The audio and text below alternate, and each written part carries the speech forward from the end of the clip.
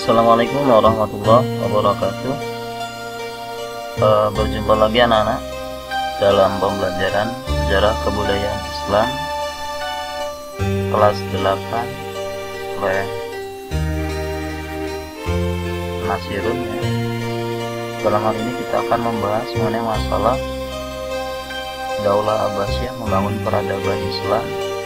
Di pertemuan yang lalu sudah dijelaskan atau sudah Bapak jelaskan terkait masalah Daulah Abbasiyah membangun peradaban. Namun dalam versi ini akan saya sajikan secara full ya. Jadi saya mohon kepada anak-anak untuk bisa menonton video sampai habis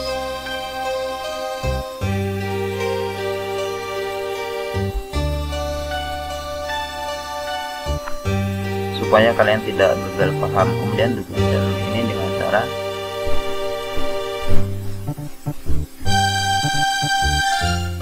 klik tombol ya, bisa kalian bagikan ke teman-teman kalian.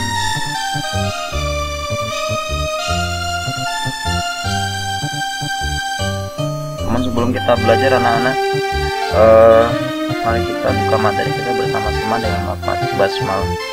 Dan Bapak doakan semoga kalian selalu dalam lindungan Allah Subhanahu wa Ta'ala, selalu sehat walafiat. Amin ya rabbal alamin. Baik anak-anak, mari kita simak saja videonya.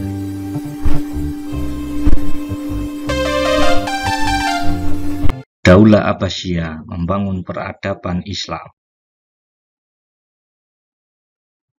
Dalam proses berdirinya Daulah Abbasiyah, babak ketiga dalam drama besar politik Islam ditandai dengan berdirinya Daulah Abbasiyah. Mereka menyebut dirinya dengan daulah, menandakan sebuah era baru, dan memang benar-benar menjadi era baru. Dinamakan Abbasiyah karena pendiri daulah ini merupakan keturunan Abbas bin Abdul Muthalib, paman Nabi Muhammad Shallallahu Alaihi Wasallam. Daulah Abbasiyah berkuasa dalam rentang waktu yang panjang, selama 550 tahun, mulai dari tahun 750 Masehi sampai tahun 1258 Masehi. Daulah Abbasiyah berpusat di kota Baghdad, negara Irak. Kota Baghdad sebagai ibu kotanya. Wilayah kekuasaan Daulah Abbasiyah membentang luas, meliputi Asia Barat, Asia Selatan, Afrika Utara, hingga Eropa.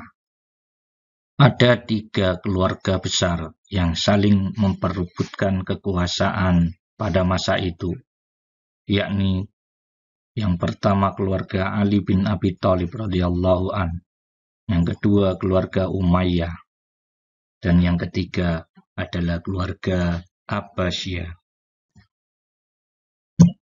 Dari keluarga Bani Abbas, lembar sejarah dari proses berdirinya Daulah Abbasiyah tidak terlepas dari sosok keluarga Bani Abbas yang bernama Ali bin Abdullah sebagai sepupu Rasulullah Shallallahu Alaihi Wasallam.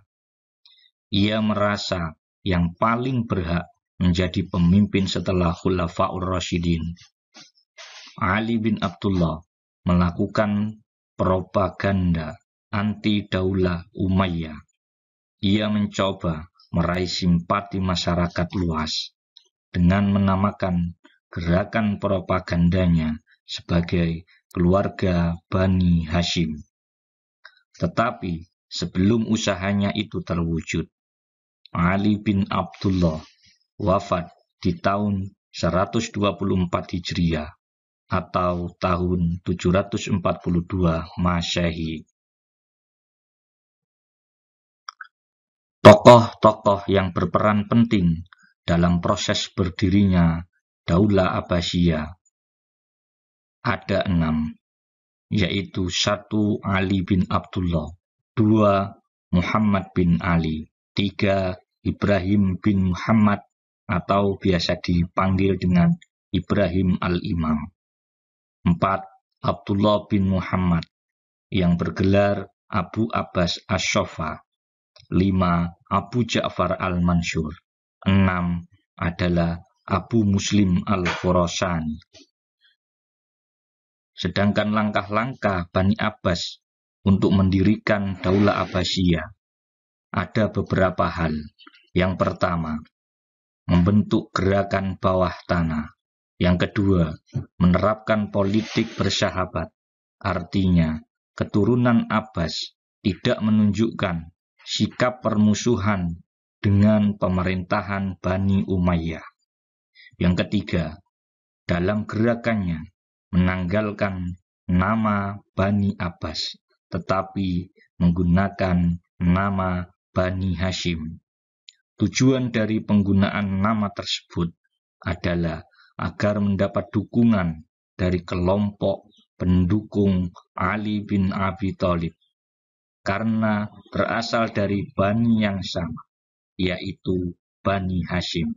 Dan yang terakhir, yang keempat, adalah menetapkan wilayah Khurasan sebagai pusat gerakan politik Bani Abbas di bawah pimpinan Abu Muslim Al-Khurasani. Adapun faktor lain yang mendukung proses berdirinya Daulah Abbasiyah, yaitu sosok Abu Muslim Al-Khurasani yang merupakan tokoh penting gerakan dakwah Bani Abbasiyah. Selanjutnya, gerakan Abu Muslim Al-Khurasani dimulai dari daerahnya sendiri, yaitu kota Khurasan.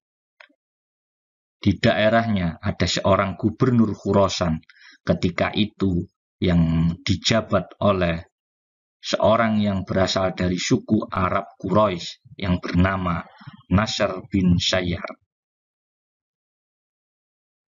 Abu Muslim Al-Khurasani bersekutu dengan suku Arab Yamani di Khurasan yang dipimpin oleh Al-Kirmani untuk menurunkan gubernur Nasr bin Sayyar.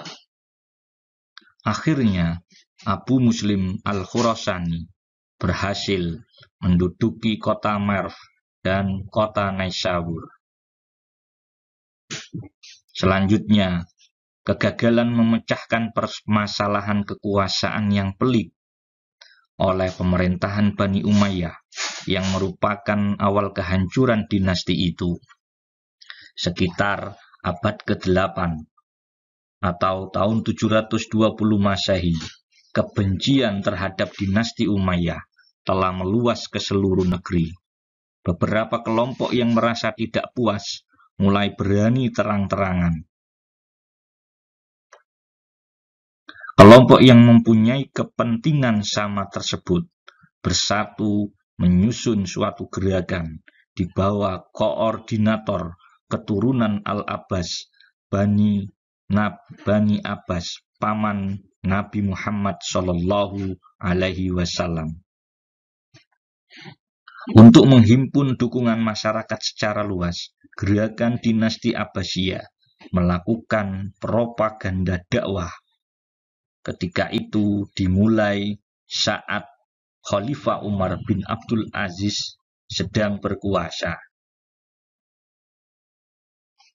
Sekitar tahun 717 Masehi sampai 720 Masehi. Karena kepemimpinan Umar bin Abdul Aziz yang adil menjadikan kondisi negara aman dan damai.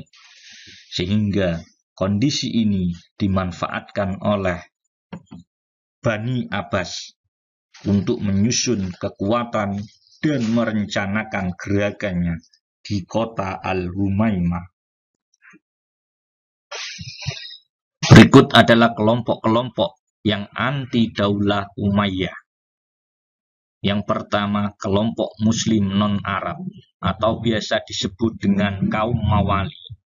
Mereka memprotes status sosial mereka yang dianggap sebagai warga kelas 2 di bawah status Muslim Arab asli. Yang kedua, kelompok Khawarij dan Syiah. Mereka menuntut kembalinya kekhalifahan yang dirampas oleh dinasti Umayyah. Yang ketiga adalah kelompok Muslim Arab yang ada di kota Mekah, Madinah, dan di negara Irak. Mereka kecewa dengan status istimewa bagi penduduk Muslim Suriah.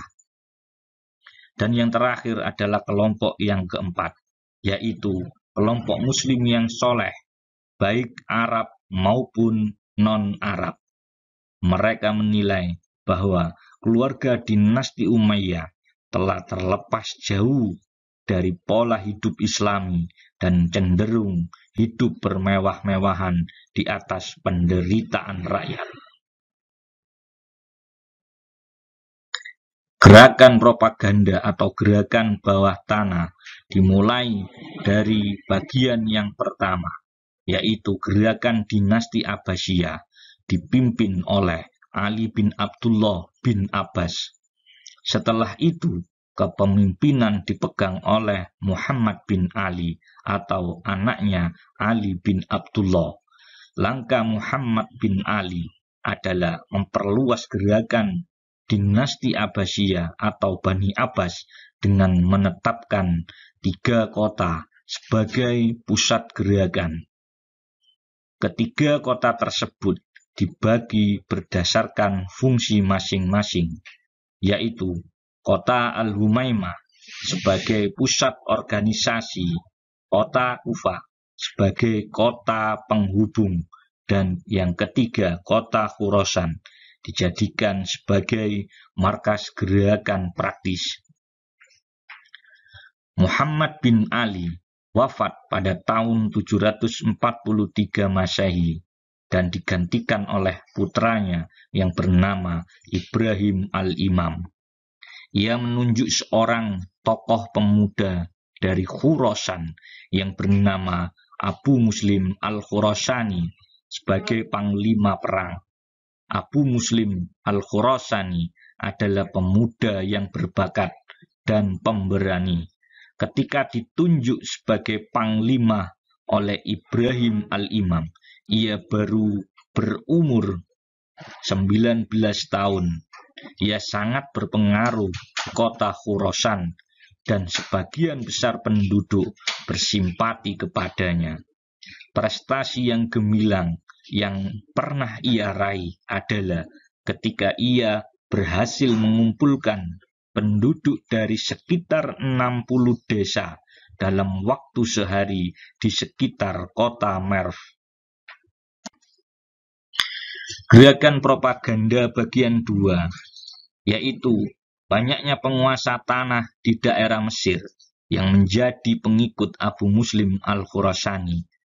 Ketika ia berkampanye untuk menumbuhkan rasa kebersamaan sebagai kelompok yang tertindas,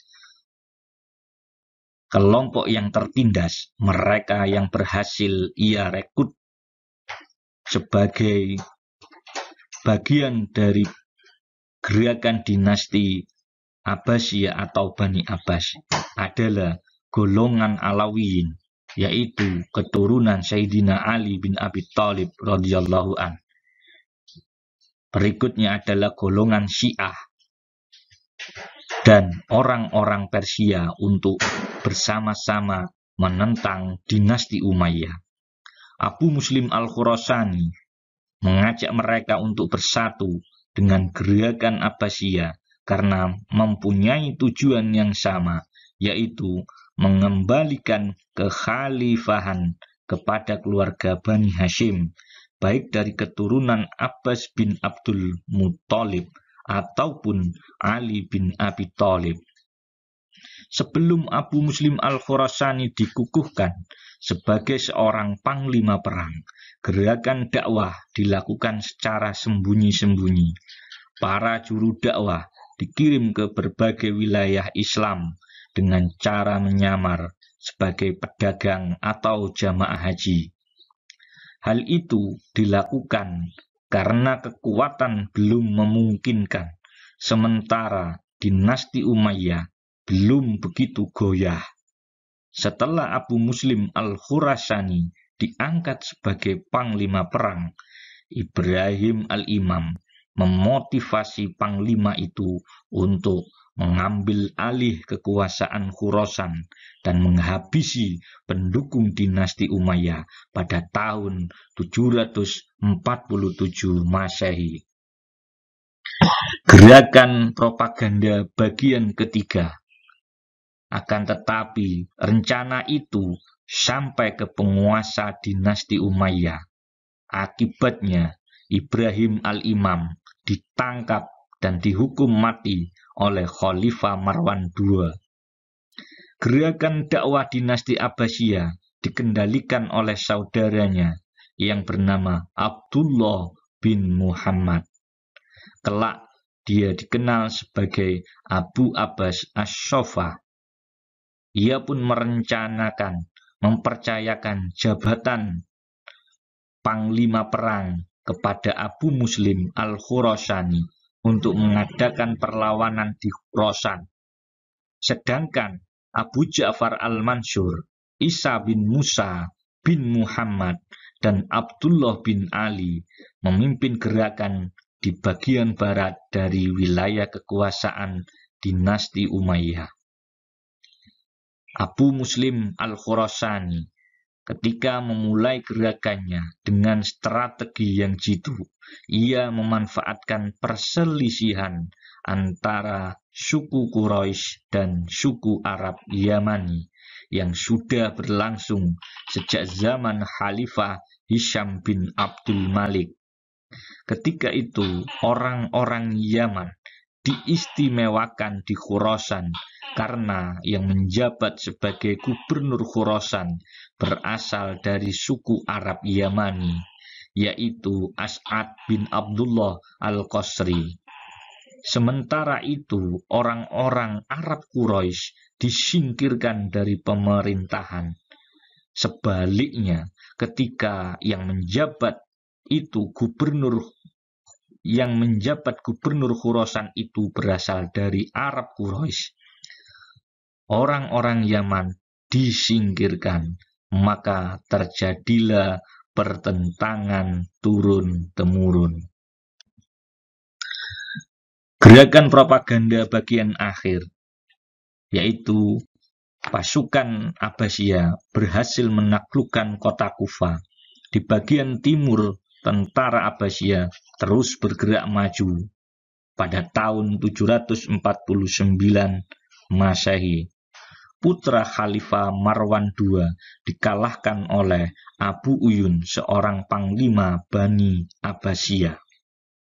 Dalam keadaan terjepit, Khalifah Marwan II akhirnya terjun langsung memimpin upaya terakhir untuk mempertahankan dinastinya.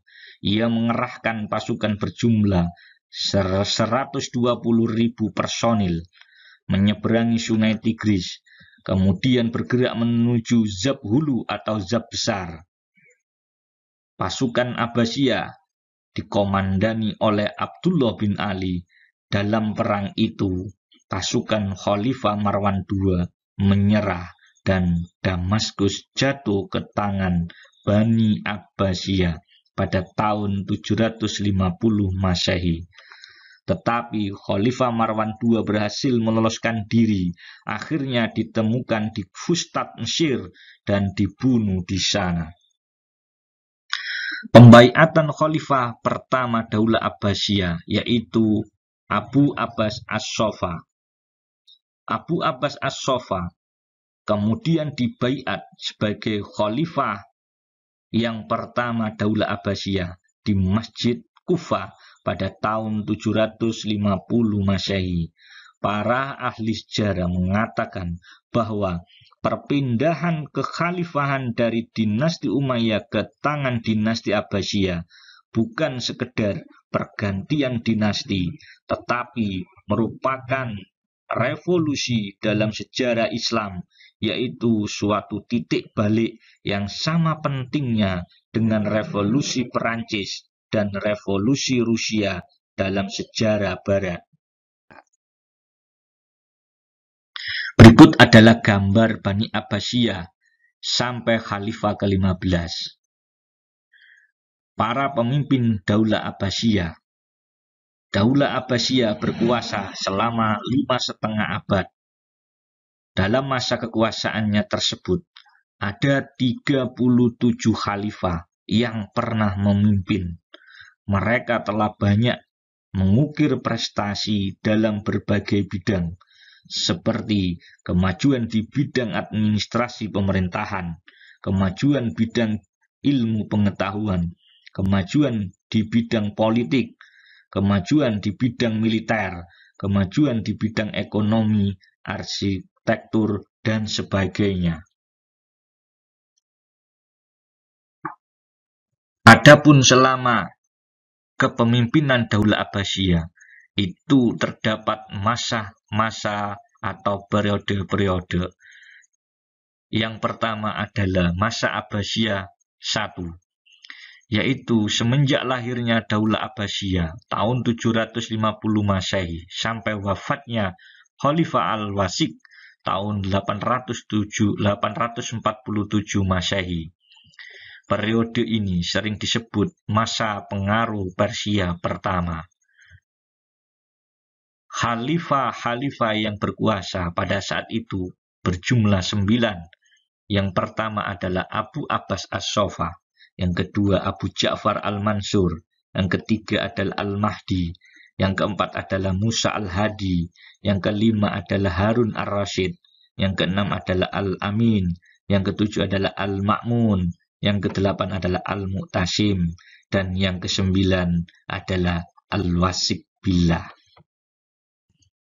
Masa Abbasiyah yang kedua, yaitu mulai dari Khalifah Al-Mutawakkil tahun 847 Masehi sampai berdirinya Daulah Buwaihiyah di Baghdad tahun 946 Masehi, yang biasa disebut dengan masa pengaruh Turki pertama.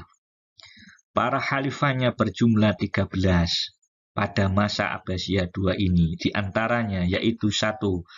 Al-Mutawakkil Allah, 2. Al-Muntasir Billah, 3. Al-Musta'in, 4. Al-Mu'tas Billah, 5. Al-Muhtadi Billah, 6. Al-Mu'tamad Allah, 7. Al-Mu'tadid Billah, 8. Al-Muktafi Billah, 9. Al-Muktadir Billah, 10. Al-Qahir Billah, 11. Ar-Radi Billah, 12. Al-Muttaqi Lillah, 12.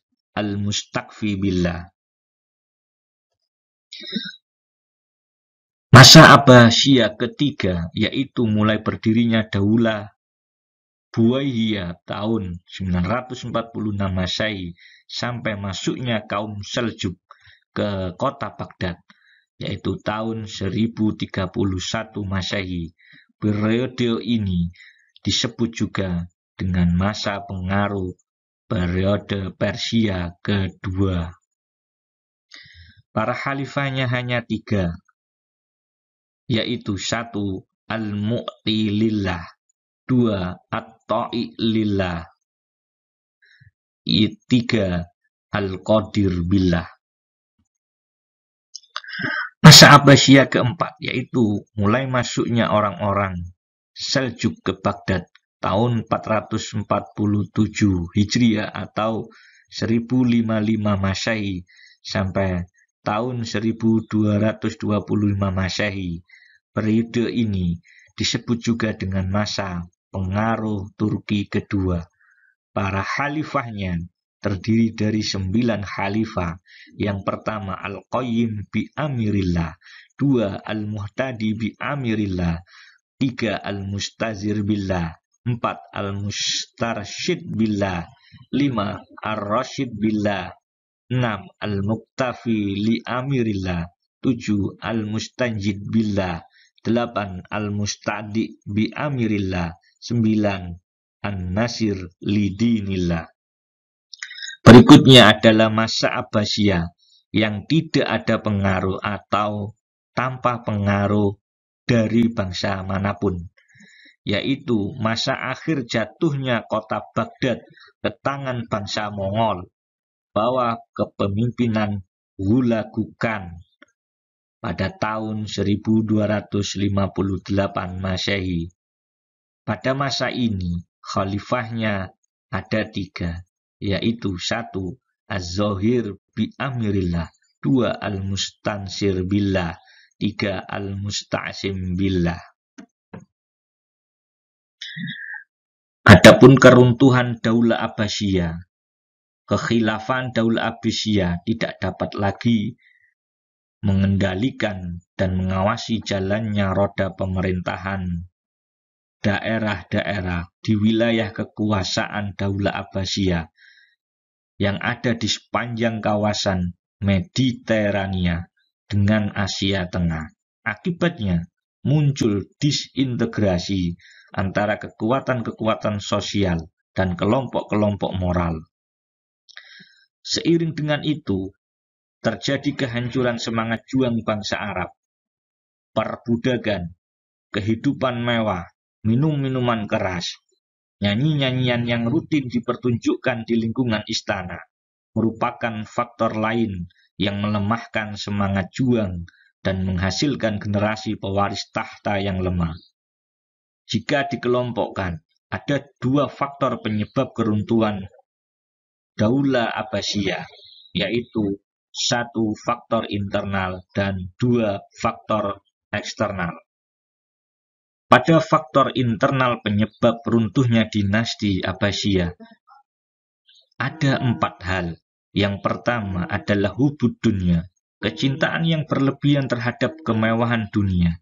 Periode awal Daulah Abbasiyah berkuasa menghasilkan kemakmuran dan kemewahan hidup di kalangan penguasa. Kondisi ini mendorong generasi khalifah berikutnya untuk hidup yang bermewah-mewahan dari khalifah sebelumnya. Hal ini menyebabkan pemborosan uang kas negara. Yang kedua adalah konflik keluarga Daulah Abbasiyah yang berujung pada perebutan kekuasaan. Pada periode kedua kekhalifan Daulah Abbasiyah, perebutan kekuasaan nampak jelas. Pada periode ini, hanya 4 khalifah yang meninggal secara wajar. Selebihnya, para khalifah ada yang meninggal, diracun, dibunuh, dan diturunkan paksa. Yang ketiga, meningkatnya konflik keagamaan, konflik antara kelompok Sunni dan Syiah. Sejak masa Khalifah Sayyidina Ali bin Abi Thalib dan Muawiyah bin Abi Sufyan, tidak pernah selesai hingga masa Daulah Abbasiyah. Yang keempat, melemahnya jiwa patriotisme dan nasionalisme. Daulah Abbasiyah banyak memperoleh kemakmuran sehingga mampu membayar tentara asing dari Turki untuk menjaga keamanan dan pertahanan negara. Persoalan ini memicu merosotnya jiwa patriotisme dan nasionalisme rakyat Daulah Abbasiyah. Berikutnya adalah faktor eksternal yang berasal dari luar yang menyebabkan runtuhnya Daulah Abbasiyah. Yang pertama, penyerangan tentara Mongol atas kota Baghdad, ibu kota Daulah Abbasiyah, yang dipimpin oleh Hulagu Khan pada tahun 1258 Masehi.